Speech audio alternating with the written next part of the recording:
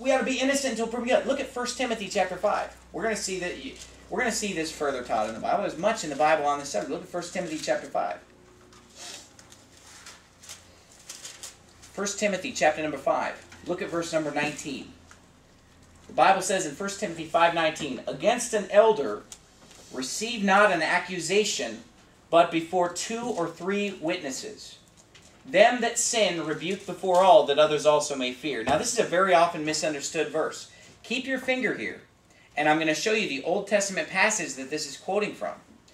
Keep your finger in 1 Timothy 5. Let's go back to Deuteronomy 19. Now a lot of people misunderstand this, because sometimes in the Bible it's easy to become confused about pronouns. Okay? Pronouns have an antecedent. The word pronouns are words like he, she, it, they, them, right? Thou, thee. Those are all pronouns. And there are also other pronouns. A lot of people don't realize that words like that, which, who, whom, and whose are also pronouns. Okay? What that means is that they represent a noun that's stated previously. So if I said today, Stephen L. Anderson is a pastor of Faithful Word Baptist Church. Stephen L. Anderson is married to a wife and has 4 children. Stephen Anderson is 26 years old. Stephen Anderson lives in Tempe, Arizona. That's not the way people talk. They'd say, Stephen Anderson is the pastor of Faithful Word Baptist Church. He is married and has 4 children. He lives in Tempe, Arizona. See, the he is a pronoun representing something that was already stated. Stephen Anderson, you say it once, you don't have to say it again. Does everybody understand that? Now in 1 Timothy 5:19, your finger's in Deuteronomy 19. Look at 1 Timothy 5:19. "Against an elder receive not an accusation, but before 2 or 3 witnesses." Them. Now them is a pronoun. We must determine what them is referring to. Them that sin rebuke before all, that is it referring to the elder, or is it referring to witnesses? Well, your first instinct ought to be, well, witnesses, since witnesses is plural and them is plural.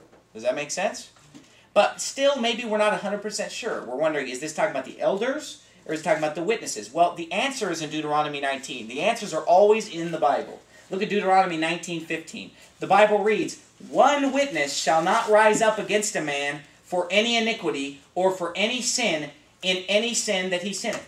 At the mouth of 2 witnesses or at the mouth of 3 witnesses shall the matter be established. If a false witness rise up against any man to testify against him that which is wrong, then both the men between whom the controversy is shall stand before the Lord." This is talking about the accuser and the accused. Okay, you got that?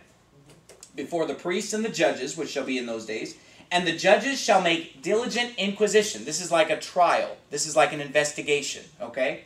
"Diligent inquisition, and behold, if the witness be a false witness, and have testified falsely against his brother, then shall ye do unto him as he had thought to have done unto his brother." So what's that saying? If I accuse and I say, Amanda has committed murder, and I testify, yes, I swear to tell the whole truth, nothing but the truth, so help me God, I saw her do it.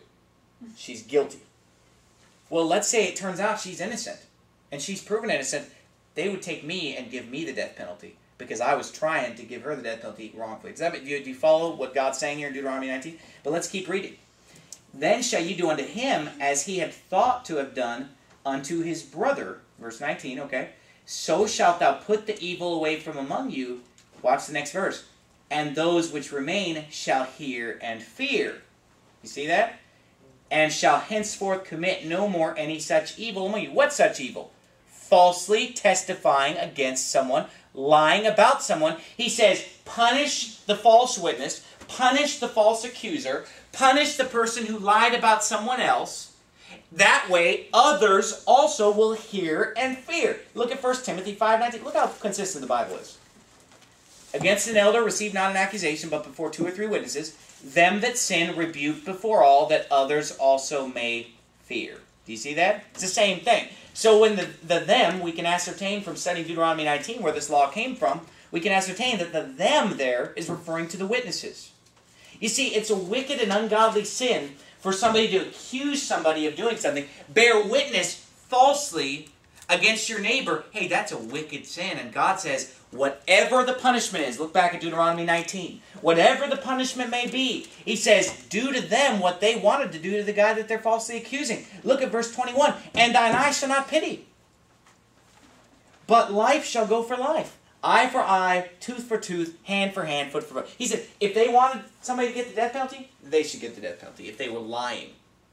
You understand what I'm saying? If they were lying and it was going to cause somebody to have their hand cut off, cut their hand off. The false witness, the false accuser, the lie. Why? People are supposed to be innocent until proven guilty. That's why God says you shouldn't even receive an accusation against an elder, or anybody for that matter, unless there's evidence, right? Unless there are witnesses. Somebody has some kind of evidence. You shouldn't just listen to somebody accusing somebody. I mean, somebody can say whatever they want about anybody. I can get up and say, so-and-so committed murder. Okay, take him and kill him. That's wrong. Now let me ask you this. Just because two witnesses testify to something, does that mean that it's true? No. Two witnesses testified against Stephen. Were they telling the truth? They were lying. Didn't two witnesses testify against Jesus? Remember when they had the trial for Jesus? And they brought all these false witnesses and they kept contradicting one another? Remember that their testimonies would not agree with one another. Finally, they found two witnesses that both said the same thing. And they said, oh, finally we got it. These two witnesses both are agreeing, and they put him to death. Was he guilty? No. That's why God says, first you got to have some kind of pieces of evidence. You know, whether it be witnesses or physical evidence, whatever the case may be. There's got to be some evidence, and it can't be just one piece of it. It needs to be two pieces of evidence. Then, once you have those two pieces of evidence, then you have a trial. And you make diligent inquiry. You check everything out. You examine all the evidence. And then you decide whether they're guilty or innocent. Did Jesus get a fair trial? No. Did Stephen get a fair trial? No. You see, there are all kinds of false witnesses out there that will lie. And you know, Naboth. You remember the story about Naboth in the Old Testament? Naboth refused. And boy, here's another thing about freedom. Naboth refused to sell his vineyard. The king, Ahab, told him, I'll pay any price for your vineyard, Naboth. What you name the price. I'll give you a better vineyard. I'll give you whatever you want. And Naboth said, my vineyard's not for sale. This would pass down from my progenitors, my grandfather, my father. This is my vineyard. I'm not selling it to you for any price.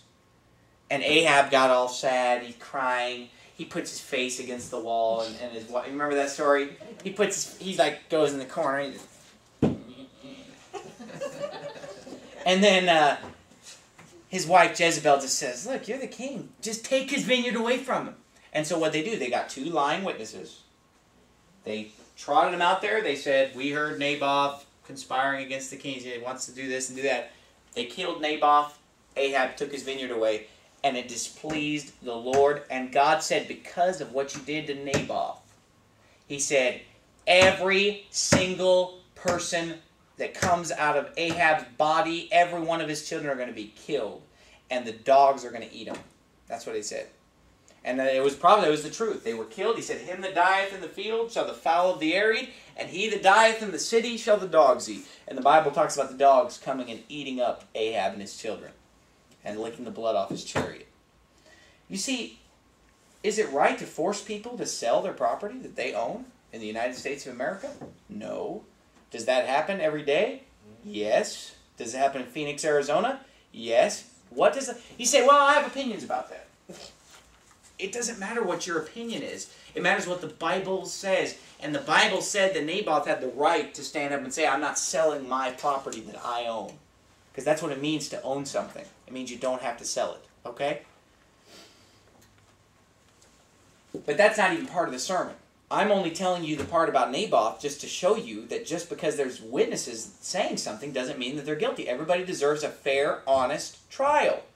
And a person who's free isn't condemned or thrown in jail or beaten until they have a fair trial, or at least until the evidence is there that would warrant